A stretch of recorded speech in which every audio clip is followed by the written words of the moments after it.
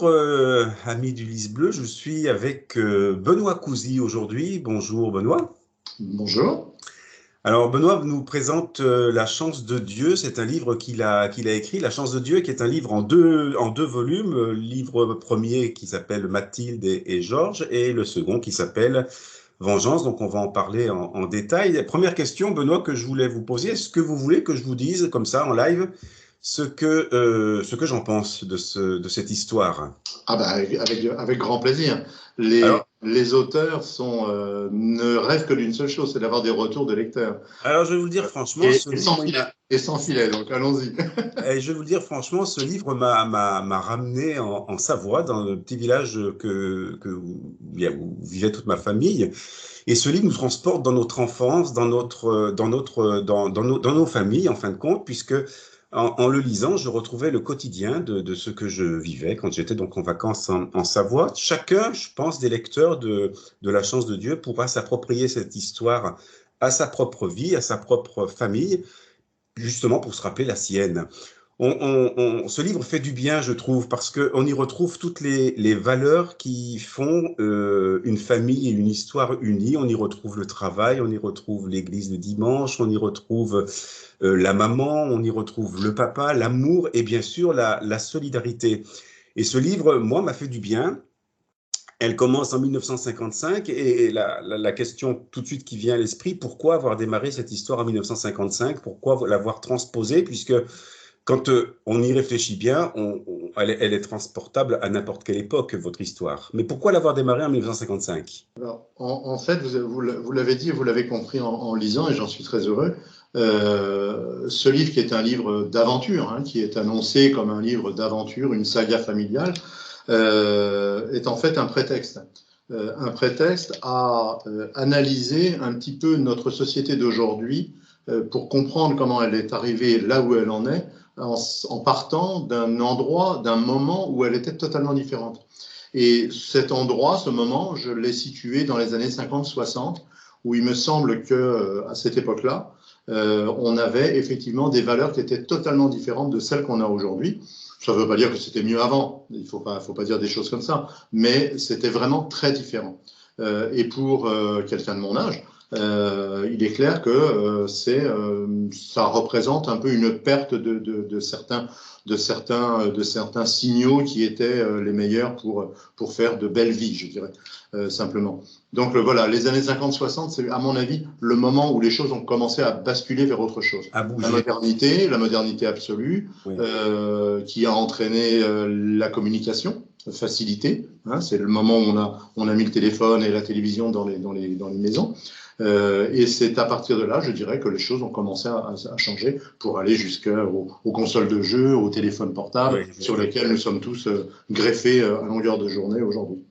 Alors, sans dévoiler toute l'histoire, cette chance de Dieu, c'est quoi? Dites-nous quelques mots sur l'histoire en elle-même. Alors, en fait, je suis parti d'un événement. Un événement simple, on est dans le sud-ouest de la France. Un jeune couple vient de s'installer dans une ferme qu'il vient de racheter. Il faudra la retaper, il faudra la remettre en état, il faudra labourer beaucoup pour réussir à vivre de la terre. Et puis, un soir, un après-midi, plus exactement, une tempête très forte, une façon tornade, je dirais, arrive sur les terres en question. Le ciel s'obscurcit, tout devient noir et c'est assez dramatique et très, très exceptionnel. Et lorsque la tempête disparaît, finit, ben, le lendemain matin, les occupants de la maison, Mathilde et Georges, ce jeune couple, vont découvrir dans un angle de la cour de la ferme un petit tas de petites billes. Ils ne savent pas ce que c'est, ils ne comprennent pas de quoi il s'agit. Et grâce à l'intelligence de Mathilde, grâce à l'aide de son mari, bien, ils vont en faire quelque chose de tout à fait exceptionnel. Alors, ils vont appeler ça la chance que Dieu leur a apportée. Je ne sais pas si c'est ça ou si c'est simplement la chance du hasard ou la chance autre chose.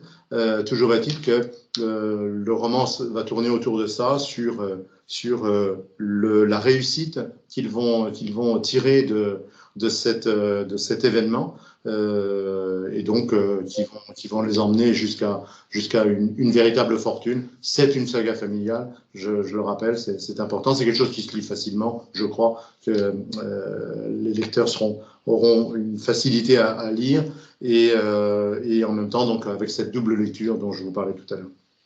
Alors, je ne fais pas souvent de compliments, mais c'est vrai que ce livre se lit bien, et quand on commence à en être dans le niveau d'histoire dont vous parlez, là, quand ils trouvent ce produit qui va changer leur vie, eh ben, on n'a qu'une envie, c'est de vous suivre. Il est très bien écrit, et on est complètement embarqué avec vous dans l'histoire de cette famille. Qui parle beaucoup de l'émancipation de la femme. Il y a beaucoup d'amour. L'amour que porte Georges à son épouse Mathilde est vraiment remarquable. Surtout, cette émancipation, il faut le rappeler, on est en 1955 quand elle démarre. Je voudrais lire juste un tout petit extrait de votre livre, quand elle commence à avoir des projets pour sa fabrique, en fin de compte, son industrie. Elle était belle comme la biche effarouchée, levant ses grands yeux vers son poursuivant, quémandant son pardon. Georges lui dit: « Je ne veux pas que tu te demandes ce genre de choses, tu ne me connais donc pas assez. » « Mais si les gens, dit-elle. Et lui, il lui répond: « Je m'en fiche des gens, nous faisons ce que nous voulons, nous ne sommes plus autant de nos parents qui voulaient que la femme soit attachée à la maison, je veux que tu sois heureuse, voilà tout. » On est en 1955.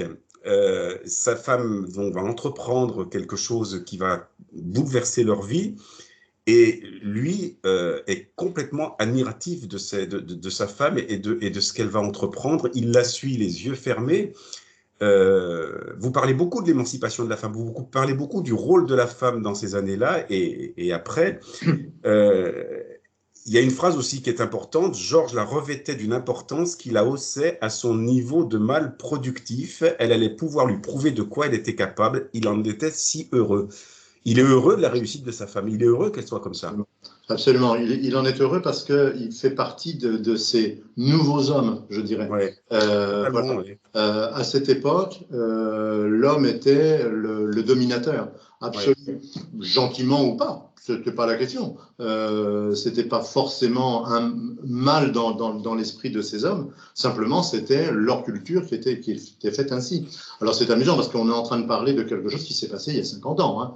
On ne parle pas d'un siècle et demi plus tôt. On vient d'hier. Clairement, moi j'avais 15 ans à cette époque-là. Hein. Soyons très clairs, c'est pas si vieux que ça.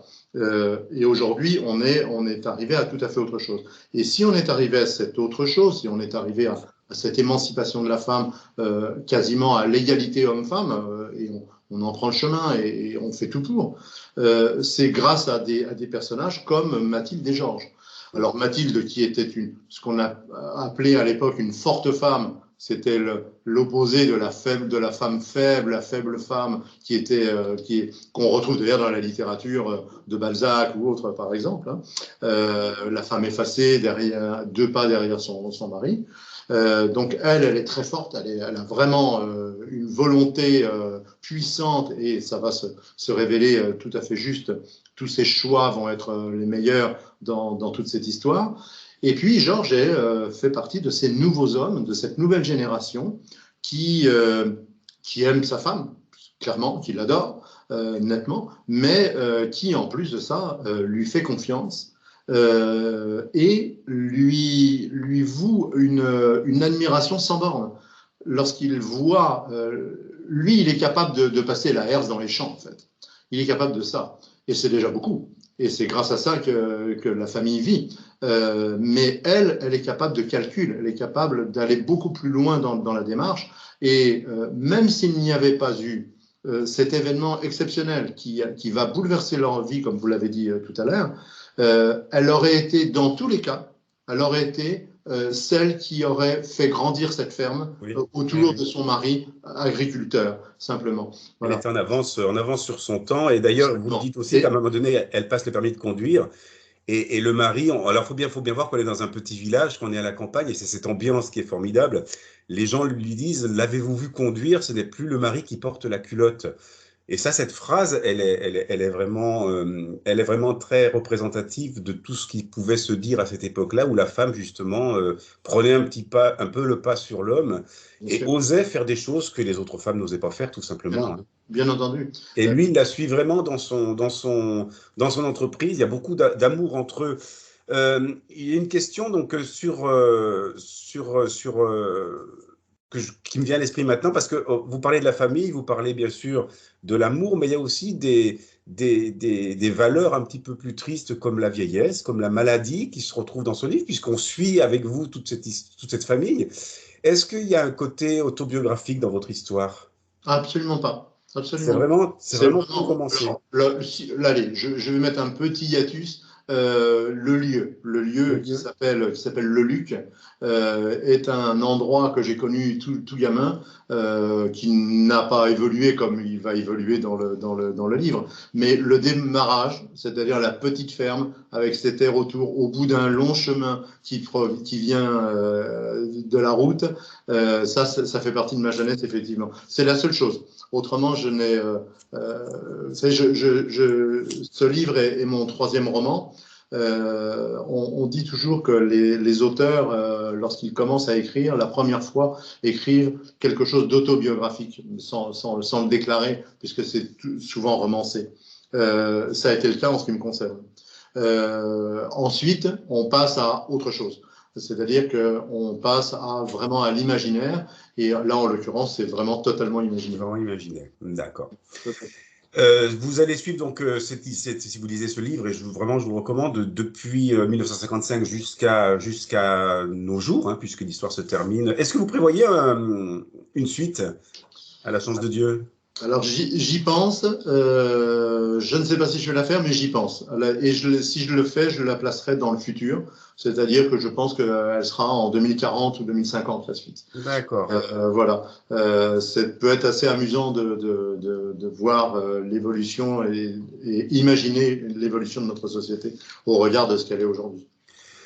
Alors pour ceux qui sont au Lisbeux, Benoît Cousy, bien sûr, vous êtes auteur, mais vous n'êtes pas qu'auteur. Vous nous dévoilez votre seconde casquette. Oui, ma seconde casquette, c'est que je suis éditeur. Alors je suis éditeur au Lys Bleu. Le Lys Bleu, c'est une maison d'édition jeune, qui a 5 ans aujourd'hui, qui a réussi à prendre sa place parmi les grands noms de l'édition française. Et effectivement, donc, j'ai fait publier par ma maison ce roman. Alors, je précise quand même à ça, parce que c'est important, que ce livre va être traité très exactement et sans rien de plus que tous les titres que nous avons à notre catalogue, et que bien sûr, il n'est pas question de faire plus pour celui-ci, au prétexte que j'en serai l'auteur par rapport à nos autres titres du catalogue, bien entendu, c'est clair. Mais le Lys Bleu est une belle maison, et il aurait été dommage de ne pas l'utiliser pour cette publication. Je pense que la maison va le porter tout à fait correctement. En plus, il est très joli. Vous l'avez près de vous? Oui, oui, oui, je l'ai là. Allez, Oui. Alors, montrez-nous-le parce en fait, il est vraiment très joli. La couverture est très en fait, belle. voilà. En fait, j'ai voulu que ce livre ait vraiment deux aspects. Un premier aspect, c'est un livre c'est de l'aventure. Voilà, de la véritable aventure.